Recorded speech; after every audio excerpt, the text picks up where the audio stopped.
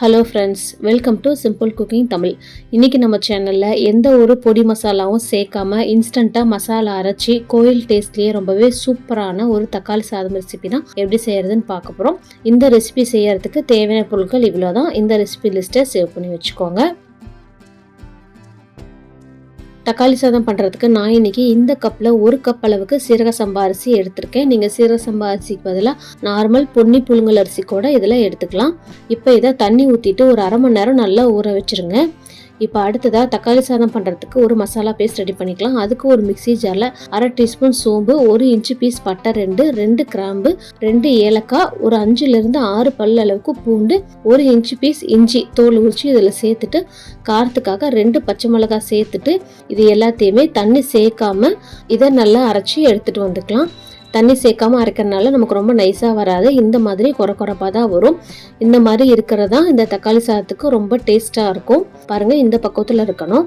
அடுத்ததாக ஒரு குக்கரில் ஒரு 4 டேபிள் ஸ்பூன் வரைக்கும் எண்ணெய் சேர்த்துட்டு ஒரு பிரியாணி இலையை இந்த மாதிரி 2ஆக கட் பண்ணி சேர்த்துக்கோங்க. சேர்த்துட்டு ஒரு பெரிய வெங்காயத்தை இந்த மாதிரி மெலிசாக நீட்டாக வாக்கில் கட் பண்ணி சேர்த்துட்டு நல்லா ஒரு டைம் மிக்ஸ் பண்ணி விட்டுடலாம். வெங்காயம் ரொம்ப கோல்டன் கலரில் வர தேவையில்லை. வெங்காயம் கண்ணாடி பதத்துக்கு அடுத்த பக்குவத்தில் ஓரளவு வதங்கினாலே போதும். வெங்காயம் வதங்கினதும் இதில் நம்ம அரைச்ச இஞ்சி பூண்டு மசாலா பேஸ்ட்டை சேர்த்துக்கலாம். இந்த மசாலா சேர்த்துட்டு அடுப்பை லோ ஃப்ளேமில் வச்சு இதை மிக்ஸ் பண்ணி விடுங்க. இல்லை அப்படின்னா டக்குன்னு அடி பிடிச்சிரும். இந்த மசாலா சேர்த்து வதக்கிறப்பயே அவ்வளோ வாசனையாக இருக்கும். மசாலாவை நல்லா வதக்கி விட்டதுக்கு அப்புறமா இதில் ஒரு 3 மீடியம் சைஸ் தக்காளியை இந்த மாதிரி மெலிசாக கட் பண்ணி சேர்த்துக்கோங்க. 1 டம்ளர் அரிசிக்கு 3 தக்காளி கரெக்டாக இருக்கும். நான் எடுத்திருக்கிற அரிசி ஒரு 250 கிராமிலிருந்து 300 கிராம் வரைக்கும் இருக்கும். தக்காளி ரொம்ப அதிகமாக சேர்த்துட்டாலும் ரொம்ப புளிப்பாக இருக்கும். தக்காளி சாதம் ஃப்ளேவர்ஃபுல்லாக இருக்காது. இப்போ இதில் ஒரு கை நிறைய புதினா கொத்தமல்லி சேர்த்துட்டு அதையும் நல்லா மிக்ஸ் பண்ணி விட்டுறலாம். இதில் வேறு எந்த கலரும் சேர்க்க தேவையில்லை. தக்காளியோட நேச்சுரல் கலரில் தான் இந்த தக்காளி சாதம் ரெசிபி இருக்கும். இப்போ இதில் இந்த தக்காளி சாதத்துக்கு தேவையான அளவு தண்ணி சேர்த்துக்கலாம். 1 கப் அரிசிக்கு 1.5 கப் அளவுக்கு தண்ணி சேர்த்துக்கலாம். நீங்கள் பொன்னி அரிசியில் பண்ணுறீங்க அப்படின்னா 1 கப் அரிசிக்கு 2.5 கப் அளவுக்கு தண்ணி சேர்த்துக்கோங்க. அடுத்து இதில் தேவையான அளவு உப்பு சேர்த்துட்டு நல்லா ஒரு டைம் மிக்ஸ் பண்ணி விட்டுடலாம். தண்ணி இந்த மாதிரி நல்லா சூடானதுக்கு அப்புறமா நம்ம ஊற வச்ச அரிசி சேர்த்துக்கலாம். சேர்த்துட்டு நல்லா ஒரு டைம் மிக்ஸ் பண்ணி விட்டுருங்க.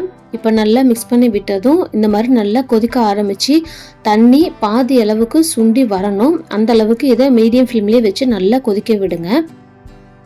இப்போ பாருங்கள், தண்ணி ஓரளவுக்கு நல்லா சுண்டி வந்துருச்சு. இப்போ இதை கிளறி பார்க்குறப்போ உங்களுக்கு அரிசிக்கு மேலே தண்ணி நிற்கணும். அரிசி மூழ்கின மாதிரி இருக்கணும். அந்த ஸ்டேஜ் வரைக்கும் இதை கொதிக்க வச்சாலே போதும். அதுக்கு மேலே கொதிக்க வச்சிட்டிங்க அப்படின்னா தக்காளி சாதத்துக்கு தண்ணி பத்தாது. இப்போ இந்த ஸ்டேஜ்லேயே மூடி போட்டு விசில் போட்டுட்டு அடுப்பை லோ ஃப்ளேமில் வச்சுட்டு ஒரு 10லிருந்து 15 நிமிஷம் வரைக்கும் சிம்மில் தம்மில் வச்சுருங்க.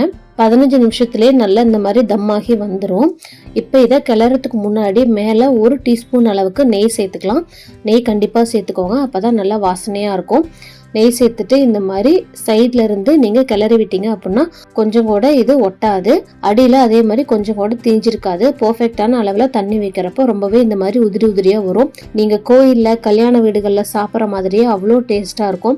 இந்த ரொம்ப குயிக்கான இன்ஸ்டன்ட் தக்காளி சாதம் ரெசிபியை உங்கள் வீட்லேயும் கண்டிப்பாக ட்ரை பண்ணி பாருங்கள். நம்ம சேனல்லேயே நிறைய வெரைட்டி ரைஸ் ரெசிபிஸ் போட்டிருக்கோம். அதோட லிங்க்கும் டிஸ்கிரிப்ஷனில் தரேன். கண்டிப்பாக செக் பண்ணி பாருங்கள்.